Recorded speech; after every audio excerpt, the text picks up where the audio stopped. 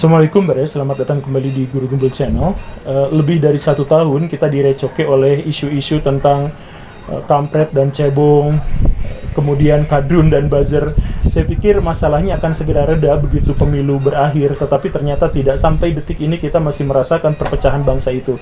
Saling mengejek, saling menghina, satu orang dengan orang yang lain berbeda pendapat, akhirnya bermusuhan, kemudian saling melabeli satu sama lain, dan sebagainya. Kalau mau kita tuduh, siapakah biang kerok dari masalah ini? Siapakah yang menjadi akar bagi masalah perpecahan cebong versus kampret ini? PDIP tentu saja. Yuk kita bahas.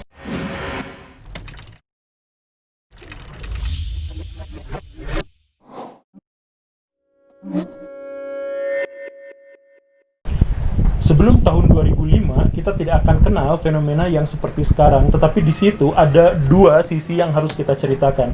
Satu sisi adalah terkait dengan Partai Demokrasi Indonesia Perjuangan yang sedang mencengkeram Solo, maksudnya memiliki banyak sekali pengaruh di Solo.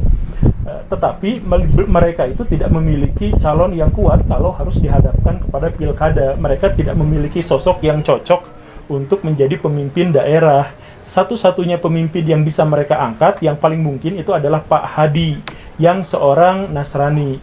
Sejak saat itu muncullah sebuah opsi, yaitu ya udah Pak Jokowi saja yang naik.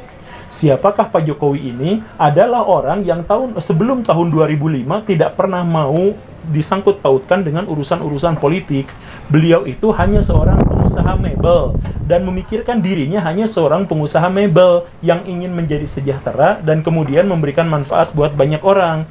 Tetapi karena beliau memang mulai populer pada waktu itu, ya diangkat saja sebagai calon wali kota. Nah, ternyata mereka berdua terpilih, dan setelah itu luar biasanya mereka sangat dicintai oleh orang-orang Solo. Terbukti ketika pilkada berikutnya terjadi, 90% rakyat Solo itu menunjukkan kecintaan yang luar biasa terhadap pasangan ini.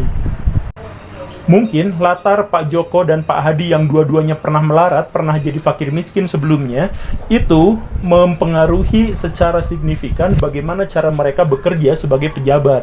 Mungkin mereka menyatu, berbaur dengan masyarakat, dan pro terhadap rakyat kecil, dan hal-hal yang semacam itu. Ini diendus oleh partai yang mengusungnya, PDIP. PDIP berpikir, Jokowi ini adalah orang yang hebat, orang yang besar, lebih pantas kalau dikasih kolam yang lebih besar. Maka diberantemkanlah Pak Jokowi ini dengan calon-calon gubernur di DKI Jakarta. Dan sejak mulai dipublikasikan, orang-orang mengenal Pak Jokowi ini sebagai sosok yang sangat luar biasa. Luar biasa karena orang-orang Indonesia pada waktu itu udah sangat bosan dengan pejabat-pejabat yang terlalu kaya, terlalu jauh dari masyarakat, dan tiba-tiba menjadi arogan sejak mereka diangkat menjadi pejabat. Jokowi menunjukkan hal yang sebaliknya, dia tetap berbaur, dan ketika benar-benar akhirnya menang di pilkada DKI, Pak Jokowi itu langsung membagi tugas dengan Ahok, wakilnya. Pak Ahok ngurusin hal-hal yang protokol, yang administratif, sedangkan Pak Jokowi turun langsung ke lapangan, blusukan. Dan ini memunculkan efek yang lebih besar lagi, efek Jokowi. Sampai sejauh ini seharusnya semua hal berjalan dengan normal dan baik-baik saja. Tetapi langsung ada masalah, yaitu PDIP yang kejepit pada masalah-masalah internalnya. Menjelang tahun 2014, ketika dihadapkan pada pemilu, orang-orang PDIP berpikir keras. Mereka dihadapkan pada 3 opsi yang tiga-tiganya itu akan menyakitkan sekali mereka. Opsi pertama, untuk menghadapi pemilu tahun 2014 itu, mereka harus mengusung Megawati Soekarno Putri. Tentu saja ini adalah sesuatu yang wajar. Megawati pernah menjabat sebagai presiden. Megawati adalah pemimpin dan sesepuh partai. Tentu saja ini yang akan diprioritaskan. Tapi masalahnya adalah Megawati tidak memiliki elektabilitas yang baik. Kans untuk menangnya kecil sekali. Opsi yang kedua adalah naikkan Prabowo. Ini secara internal PDIP. Kenapa seperti itu? Karena tahun 2009 mereka itu pernah dihadapkan menghadapi tokoh yang besar namanya Pak SBY. Pada waktu itu Prabowo dan Megawati itu bersatu dalam satu koalisi. Megawati, Prabowo. Di situ ada sebuah perjanjian tertulis bahwa Prabowo akan mengerahkan seluruh kekayaan finansialnya, kekuatan mesin politiknya, channel-channelnya, dan sebagainya untuk mendukung Megawati menjadi presiden, dengan catatan bahwa tahun 2014 nanti Megawati harus mendukung Prabowo mencalonkan diri sebagai presiden. Megawati pada waktu itu juga disodorkan pada opsi ini, tapi masalahnya adalah Prabowo bukan orang PDIP. Dan sama seperti politikus-politikus yang lain, janji itu tidak selalu harus ditepati. Bagi politisi-politisi, janji itu sekedar untuk mendapatkan kepentingan yang diinginkan. Kalau kepentingannya sudah selesai, ya sudah selesai juga. Opsi yang ketiga adalah pilih Jokowi. Kenapa Jokowi? Dia adalah orang yang paling fenomenal pada waktu itu. Dia adalah kader PDIP dan layak untuk dinaikkan. Jokowi itu elektabilitasnya adalah 2 kali lipat dari gabungan suara Prabowo dan Megawati. Jadi luar biasa sekali. Kalau orang ini dicalonkan, sepertinya pasti akan mudah menang. Nah, maka PDIP berpikir opsi ini, tetapi dengan catatan bahwa ini akan menyakiti baik Megawati maupun PDIP, dan tentu saja menyakiti Jokowi sendiri, karena pada waktu itu Jokowi belum mengenal politik secara baik, belum memiliki jaringan yang kuat, belum memiliki kemandirian politik, dan lain sebagainya. Tapi apa boleh buat, demi kemenangan, demi elektabilitas, demi mengangkat pamor PDIP, maka Jokowi diangkat sebagai presiden. Nah, yang lebih sakitnya itu adalah Prabowo. Prabowo bilang, kalau saya aja dikhianati, apalagi rakyat. Bagaimana ceritanya? Saya sudah menggulirkan uang saya sudah menggerakkan mesin politik saya untuk mendukung Megawati di pemilu sebelumnya, dan mereka berjanji akan mengusung saya sekarang, tetapi nyatanya sekarang mereka mengusung orang lain. Sakit Prabowo itu. Maka dia kemudian menggunakan seluruh kekuatannya, apapun yang harus dilakukan untuk mengalahkan Jokowi sebagai musuhnya dalam pemilu. Pemilu tahun 2014 mereka bertarung, dan pada waktu itu Jokowi yang visioner ternyata sudah memiliki pasukan cybernya dia. Jadi dia gerak lewat media sosial, lewat apa? Jadi bukan lewat reklame yang besar-besar, lewat itu bukan, tetapi lewat media sosial yang ini terlambat diantisipasi oleh kubu Prabowo. Tapi bagaimanapun juga, Prabowo akhirnya masuk ke kampanye-kampanye media sosial, dan sejak saat itu mereka berperang. Kampanye media sosial itu memiliki dampak yang sangat aneh dan belum bisa diantisipasi, karena ini baru pertama kalinya.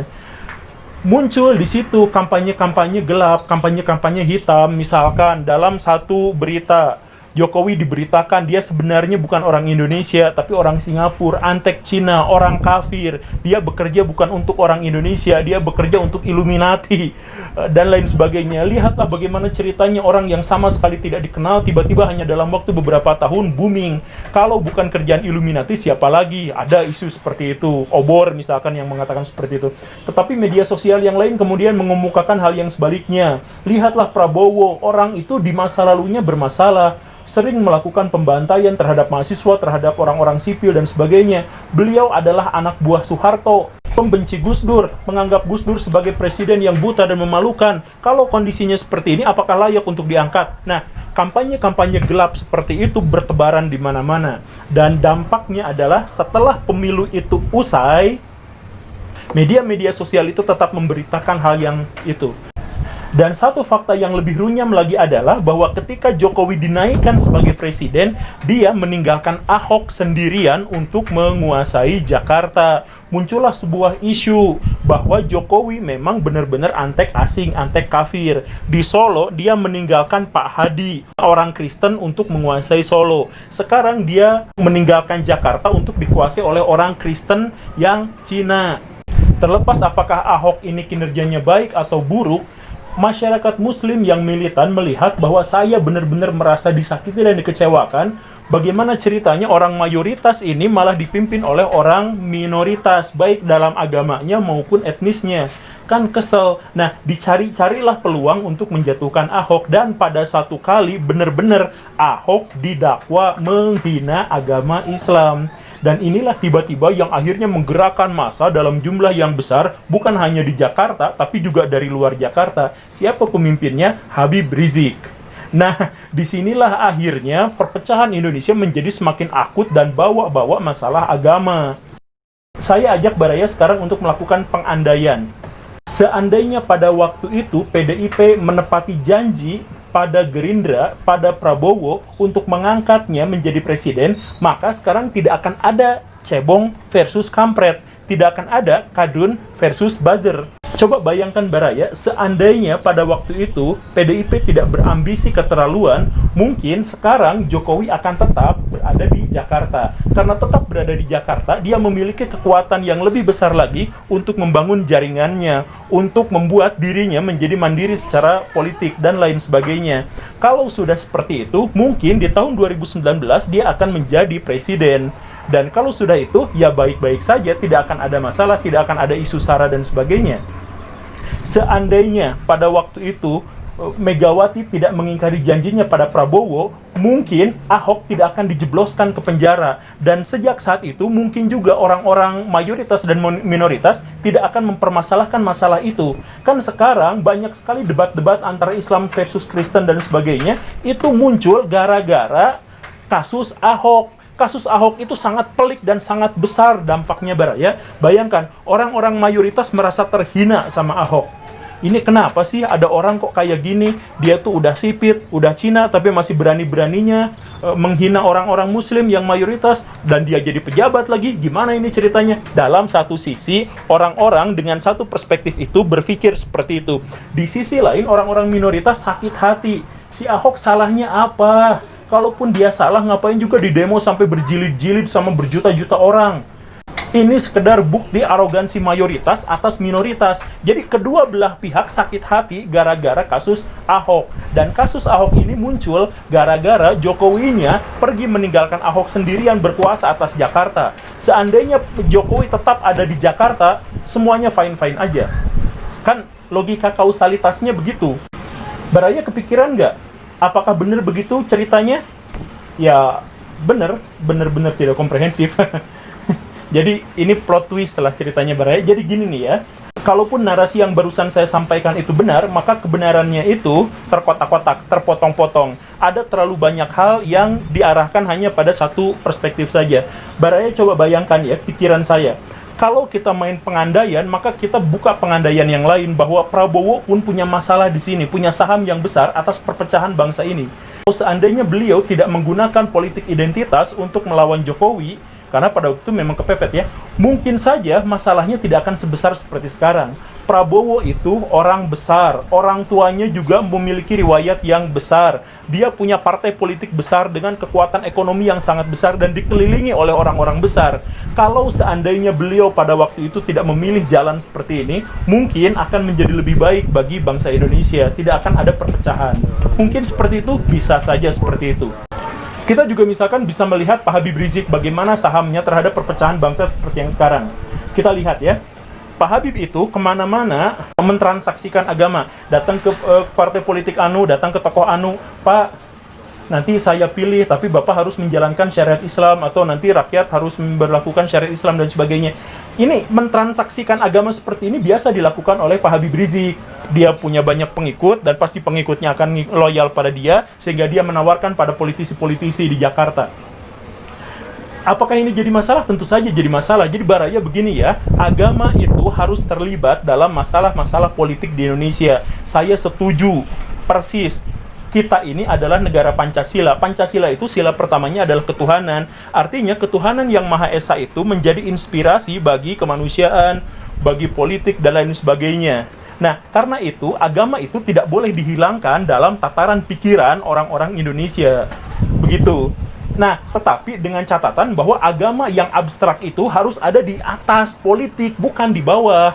Kalau agama ada di bawah politik, dia menjadi alat legitimasi kekuasaan, dia menjadi alat transaksi jual-beli, perhitungan suara, dan lain sebagainya, maka menjadi negara sekuler itu jauh lebih baik daripada itu. Catat itu. Sekarang kenyataannya adalah agama itu sekarang menjadi bahan jualan politik. Ustadz-ustadz diangkat untuk merekrut massa yang jumlahnya banyak untuk memilih satu partai politik tertentu atau satu orang tertentu. Bahkan ada istimewa ulama 1, 2, 3, semuanya direvisi hanya untuk melegalkan, melegitimasi seseorang. Saham Jokowi bagaimana? Saham Jokowi dalam hal ini juga luar biasa besar. Kalau beliau merasa dirinya belum memiliki kekuatan, belum memiliki fondasi, sebagai orang Jawa, kenapa dia nggak mundur aja? Atau kenapa dia tidak menunggu satu periode aja untuk bisa membangun kekuatannya secara mandiri? Sekarang kan apa yang diperintahkan partai politiknya dia ikut-ikutan saja. Jadi kebijakan-kebijakan politik di Indonesia seakan-akan adalah kebijakan politik dari PDIP. Karena kita tidak tahu sekarang presidennya banyak sekali, bukan hanya saya, banyak sekali orang-orang di Indonesia yang mempertanyakan sekarang yang jadi presiden di Indonesia itu siapa. Karena banyak sekali kebijakan-kebijakan politik dari Jokowi itu yang menunjukkan beliau tidak memiliki independensi dalam pemerintahan. Dan di luar itu, kita semua adalah pemilik saham terburuk dalam perpecahan bangsa ini. Baraya, siapakah yang paling buruk daripada orang yang memecah belah bangsa? Yaitu orang yang dipecah belah, dia sadar dan dia bangga dengan itu. Orang-orang di Indonesia sekarang mengatakan NKRI harga mati, tetapi di sisi lain dia mengatakan saudaranya sebangsa, ini cebong, ini kampret, ini buzzer. Julukan-julukan itu tidak pernah direstui oleh agama, julukan-julukan itu tidak pernah direstui oleh orang tua masing-masing, tetapi kita menuduh mereka semua dengan pikiran-pikiran jahat, dengan kebencian, dengan pikiran negatif bahwa dia itu akan menghancurkan bangsa Indonesia. Satu pihak mengatakan itu adalah pro-ISIS, satu yang lain mengatakan ini adalah orang komunis. Ini sesama anak bangsa, bagaimana bisa saling tuduh-tuduhan seperti ini? Dibayar berapa? Lebih gilanya lagi, orang-orang yang tadi saling tuduh itu sama sekali nggak dibayar oleh politisi. Mereka bergerak demi kepentingan politisi tetapi tidak dibayar. Makanya yang saya bilang tadi, kita yang ada di akar rumput ini adalah yang paling buruk dalam penanaman saham terhadap perpecahan bangsa. Karena kalau politisi, mungkin mereka berpikir seperti itu ya karena kepentingan politik, tetapi kita tidak memiliki kepentingan apapun. Kita bahkan tidak dibayar, tapi kita mau diadu domba. Sekarang saya tanyakan kepada Baraya, siapapun di antara Baraya yang mudah sekali ngomong sama orang lain, itu cebong, ini kampret, ini buzzer, ini kadrun, dan sebagainya. Saya tanya, di mana nasionalisme Baraya? Di mana pernyataan sumpah setia terhadap negara kesatuan Republik Indonesia? Kan bahwa kita adalah negara kesatuan, itu artinya bahwa kita tidak memecah belah bangsa sendiri. Kenapa kita memecah belah bangsa sendiri? Hanya gara-gara kepentingan politik satu pihak. Sama seperti di video lain, Baraya, saya mengajak Baraya untuk introspeksi sama-sama. Ternyata, menurut kesimpulan saya, dalam hal ini, semua pihak berkontribusi dan memiliki saham atas perpecahan bangsa. Karena itu, setiap orang memiliki pos masing-masing untuk memperbaikinya. Saya, Baraya, semua orang memiliki pos masing-masing untuk menahan diri, untuk menjadi tidak pecah belah, untuk tidak lagi menyudutkan orang lain hanya gara-gara pandangan politik yang berbeda. Baraya, saya jarang sekali untuk minta, tapi video ini saya minta di-share ke semua orang karena memang perpecahan di bangsa Indonesia sekarang ini sudah terlalu akut, sudah menjadi masalah yang sangat besar. Kemarin ada orang yang meninggal saja, 6 orang, itu dihakiminya apakah ini benar atau salah bukan gara-gara pandangan objektif, tapi gara-gara siapa yang memandangnya. Baik Baraya, itu saja. Semoga bermanfaat. Maaf saya ngomongnya kecepatan. Terima kasih karena sudah menyaksikan. Saya Guru Gembul. Assalamualaikum warahmatullahi wabarakatuh.